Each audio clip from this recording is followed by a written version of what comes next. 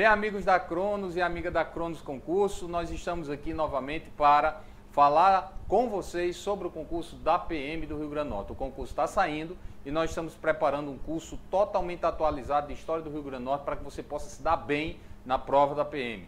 O governo já liberou, o edital já está pronto e a qualquer momento pode sair.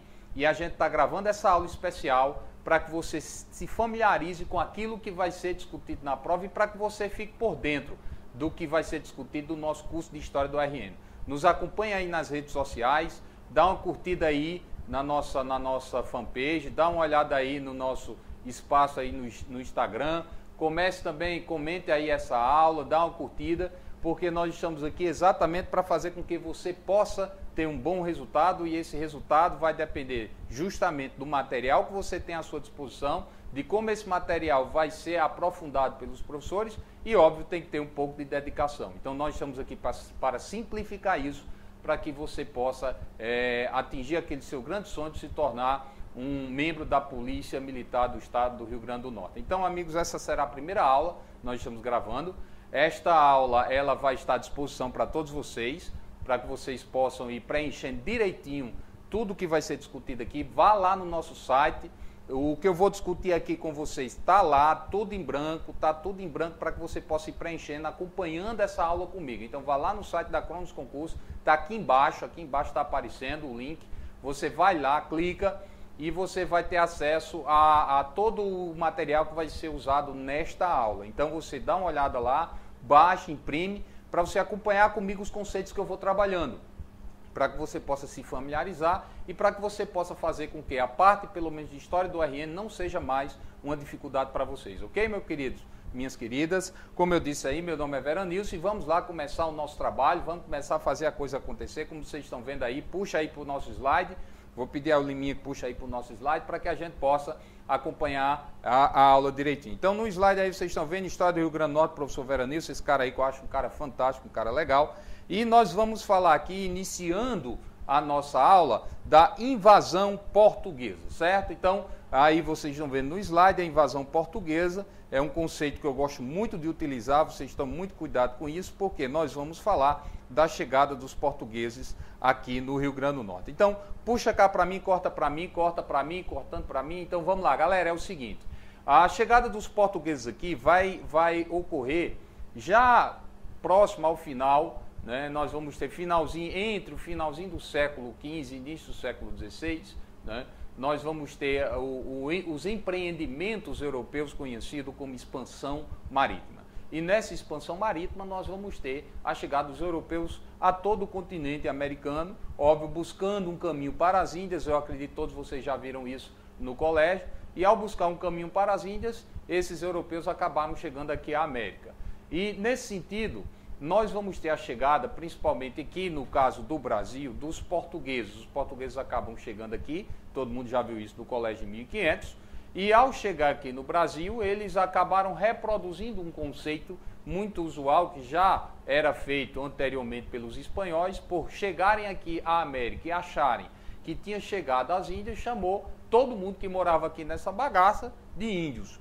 Então, isso acabou fazendo com que os homens e as mulheres que habitavam o nosso território passassem a se chamar de índios, um conceito errôneo do ponto de vista historiográfico, porque o índio é um habitante da Índia, porém um conceito que se tornou usual e hoje é praticamente enraizado, digamos assim, na historiografia brasileira. Então, vamos voltar aí ao nosso slide e acompanhe comigo. Então, com a chegada dos portugueses, nós vamos ter homens e mulheres que aqui se encontravam. Eles vão se chamar de índios pelos europeus, pelos portugueses. No caso do Brasil, nós vamos ter duas ramificações específicas, bem generalizantes. Volta aqui comigo, volta para a imagem aqui. Nós vamos ter um grupo do litoral. Esse grupo do litoral, vocês anotem aí, não acompanhem aí no slide, o grupo do litoral, ele vai ser chamado de Tupi, né? Esse grupo indígena do litoral, os portugueses vão denominá-los assim, e já vai ser uma denominação que eles vão aprender, digamos assim, com os próprios indígenas. E nós vamos ter os tapuias, que seriam os indígenas do interior, ou seja, os indígenas do sertão. Então, nesse sentido, nós vamos ter essa dicotomia, digamos assim, conceitual. No litoral nós tínhamos o tupi, no interior nós tínhamos os tapuias.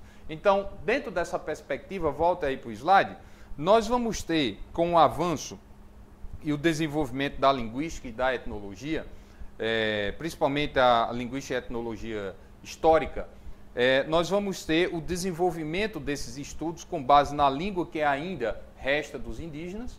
Paralelo a isso, nós vamos ter um estudo baseado nas línguas que desapareceram.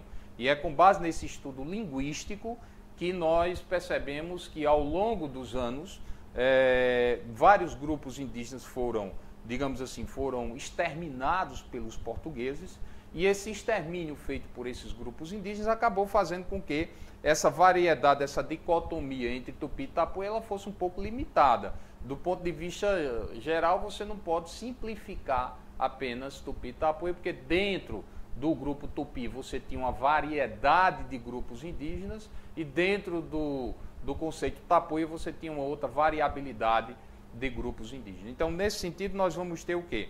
Com o aprofundamento do conhecimento sobre essas línguas que desapareceram e as que ainda existem, volta aí para o slide, nós vamos ter o quê? O estudo desses grupos indígenas. Esse estudo é limitado porque, como vocês estão vendo aí no slide, nós temos uma carência muito forte de vestígios. E aí volta aqui para mim, para a gente conversar direitinho. Veja bem, o que é que acontece? A história colonial brasileira, assim como a norte-riograndense, ela carece da principal ferramenta do historiador. A principal ferramenta do historiador é o quê? A principal ferramenta do historiador é a fonte histórica. Qual a fonte histórica que nós temos? A fonte histórica que nós temos acesso, geralmente são fontes produzidas pelos portugueses. Por quê? Porque as fontes produzidas pelos indígenas foram, obviamente, destruídas pelos europeus, em específico pelos portugueses, quando aqui chegaram. Os indígenas vão ser vistos como bárbaros, como selvagens e, obviamente, calcado numa visão cultural eurocêntrica, né? Carregada, de certa forma, de preconceito, e isso acabou fazendo com que os portugueses destruíssem tudo aquilo que os indígenas produziram. Então, nesse sentido, a fonte que nós possuímos do período colonial são fontes produzidas pelos portugueses, o que já mostra uma visão do outro e não uma visão propriamente dita do indígena sobre o seu passado, já é a visão do português sobre o passado indígena. Nesse sentido, o que é que aconteceu com os indígenas? Ou a sua parte cultural propriamente dita foi destruída, ou a sua perspectiva material, né? Eles foram destruídos tanto de forma física como cultural. Os europeus aqui chegaram, trataram logo de fazer com que essa riqueza, não só essa riqueza étnica, como essa riqueza religiosa, cultural, que os indígenas representavam, eles foram vistos de certa forma como seres primitivos, e isso acabou legitimando a destruição feita pelos portugueses. E aí, volta aí para o nosso slide, olha aí o que é que acontece, e aí o que é que nós temos? Os registros escritos do período colonial, e esses registros escritos do período colonial, volta aí para mim, são registros deixados, como eu falei, pelos portugueses. Então, vamos aqui focar no Rio Grande do Norte. Rio Grande do Norte. No caso do Brasil, nós falamos que existia dois grandes grupos indígenas, que era o tupi e o tapuia. O tupi, que era um indígena do litoral, o tapuia, um indígena do interior. No caso do Rio Grande do Norte, o tupi, que é um indígena do litoral, era um grupo denominado de potiguara. Volta aí no slide, acompanha aí, preencha aí junto comigo. O potiguara, que era um indígena que habitava o litoral. Enquanto que o tarariú era o grupo indígena que habitava o interior. Então, nesse sentido, aqui no Rio Grande do Norte, nós também vamos ter essa dicotomia. De um lado, o potiguara, que era do litoral, o indígena tarariú, que era o grupo indígena do interior. Professor, volta aqui para mim. Como é que eu vou conseguir memorizar isso? Guarde só o macete. Potiguara começa com P. P é de quê? É de praia, meu amigo. Então, P é de praia, praia é litoral. Então, lembre-se que o potiguara era do litoral, porque começa com P e P é de praia. E aí, o tarariús, como vocês estão vendo aí, tarariús, era do interior. Então, nesse sentido, seria um macetezinho para você poder memorizar com mais cuidado essa questão, se cair alguma questão no concurso sobre esses grupos indígenas. Volta aí o slide. Então, veja bem, O grupo Potiguara e o grupo Tarariús também é uma forma simplificada de entender a diversidade indígena. Como vocês estão vendo aí nesse mapa, vocês têm um espaço, que era o espaço dominado pelos Potiguara, está aí destacado de branco, e você tem amarronzado todo o espaço, que era espaço de domínio do grupo Tarariús. Lembrando que esse grupo se ramificava em vários outros, como vocês estão vendo aí no mapa, né? O Janduí, o Canidé, o Corema, o Panati. Então, nós vamos ter vários grupos do interior que vão se ramificar, e esses grupos, todos eles representavam um grupo, digamos assim, mais homogêneo, que seria o grupo dos tapuias do interior, e em específico no Rio Grande do Norte, dos Trarariús. Então, nesse sentido, o que é que acontece? Volta aqui para mim, volta aqui para mim.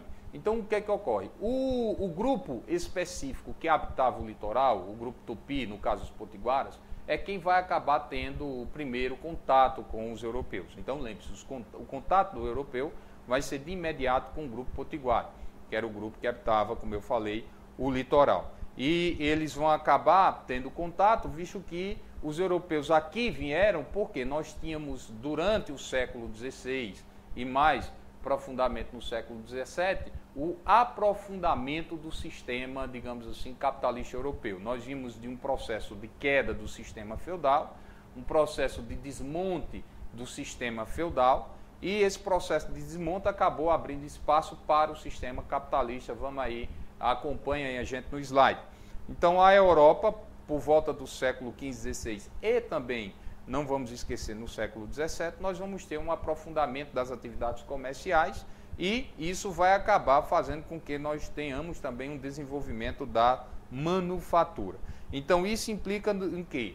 Isso implica, aí volto para mim, isso implica na questão do desenvolvimento de mercados. Então, os portugueses, e não só os portugueses como os europeus, precisavam desenvolver mercados. A manufatura aumentava a produção a cada dia, as relações comerciais se ampliavam por toda a Europa. Isso fazia com que os europeus sentissem a necessidade de buscar por novos mercados. Essa busca por novos mercados acabou trazendo o europeu aqui à América e, como também não poderia deixar de ser, aqui para o Brasil. Então, acompanhe aí comigo no slide. Veja só, nós vivenciamos a estrutura do capitalismo mercantil. Então, da queda do sistema feudal, nós vamos ter o aparecimento do sistema capitalista mercantil, não esqueça disso.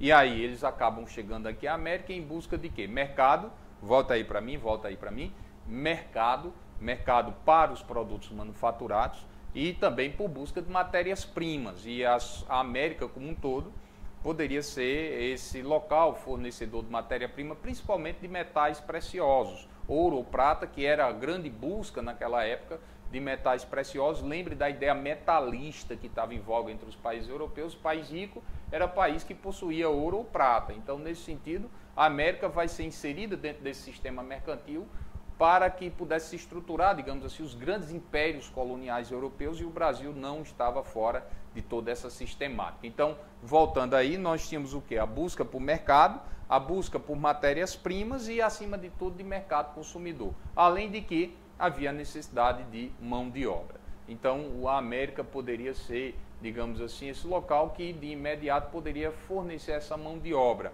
O que vai acontecer, obviamente, quando a colonização, o processo de colonização e exploração da América começa a ocorrer. Então, vamos aí aos nossos slides. Então, acompanha aí, preencha aí junto comigo. Veja bem, os primeiros europeus a chegarem aqui no Rio Grande do Norte e ter contato com os indígenas, e os indígenas potiguaras, lembre disso, serão os franceses. Os corsários franceses, ou seja, piratas, acabavam vindo aqui para o litoral e acabavam entrando em contato com os indígenas potiguaras. E dentro desse esquema, eles acabaram vindo para o litoral para contrabandear a questão do pau-brasil. O pau-brasil era uma madeira nobre, muito utilizada na Europa para se fazer móveis luxuosos e para se também extrair uma tinta que era muito bem aceita, digamos assim, nas indústrias têxteis. Era uma tinta muito boa para se tinturar tecidos. Então, nesse sentido, o pau-brasil se tornou uma especiaria na Europa, tinha um valor de mercado interessante, e aqui os franceses começaram a aportar e, com contatos preliminares com os indígenas, eles desenvolveram, digamos assim, as primeiras relações comerciais que interessavam aos europeus.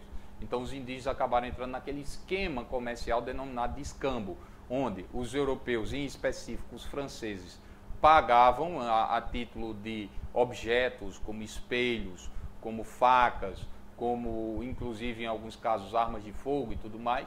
Então utilizavam-se esses objetos para, digamos assim, premiar os indígenas que derrubavam a mata, tiravam as toras de madeira e deixavam em suas caravelas. Então esse processo econômico de troca de pau-brasil por objetos que os europeus traziam, que eram desconhecidos pelos indígenas, ele foi chamado pelos historiadores de escambo. Não esqueça disso, que essa relação comercial entre português e especificamente europeu, digamos assim, ou português, ou francês, ou holandês, ou qualquer outro tipo de europeu, mantinha com os indígenas aqui da América, e o Rio Grande do Norte não foi diferente.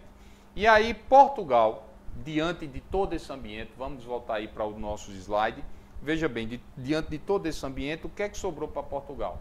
Como os franceses já dominavam aqui a região do Rio Grande do Norte, principalmente no que se refere ao contato com os potiguaras, então Portugal sentiu a necessidade de enviar expedições.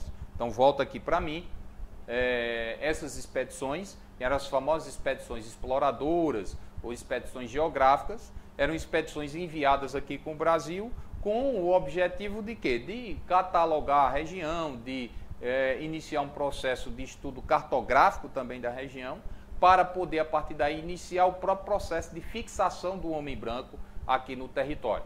Então, nesse sentido, o que é que acontece? Os objetivos básicos eram conquistar o território, passar a ocupar esse território, para que, obviamente, os franceses não continuassem a manter contatos com os indígenas do Rio Grande do Norte, e, a partir daí, iniciar a chamada colonização propriamente dita. Então, esse processo ele vai começar logo que o Portugal descobre o Brasil, vai negligenciar o território, mas a partir de 1530, mais ou menos, Portugal começa a se preocupar porque estava na iminência, digamos assim, de perder o território para outras nações. Porque, vez por outras, uma embarcação portuguesa passava aqui no litoral e acabava encontrando uma embarcação espanhola, holandesa, francesa ou até mesmo inglesa. Então, nesse sentido, Portugal se preocupou com o Brasil e inicia propriamente esse processo de colonização.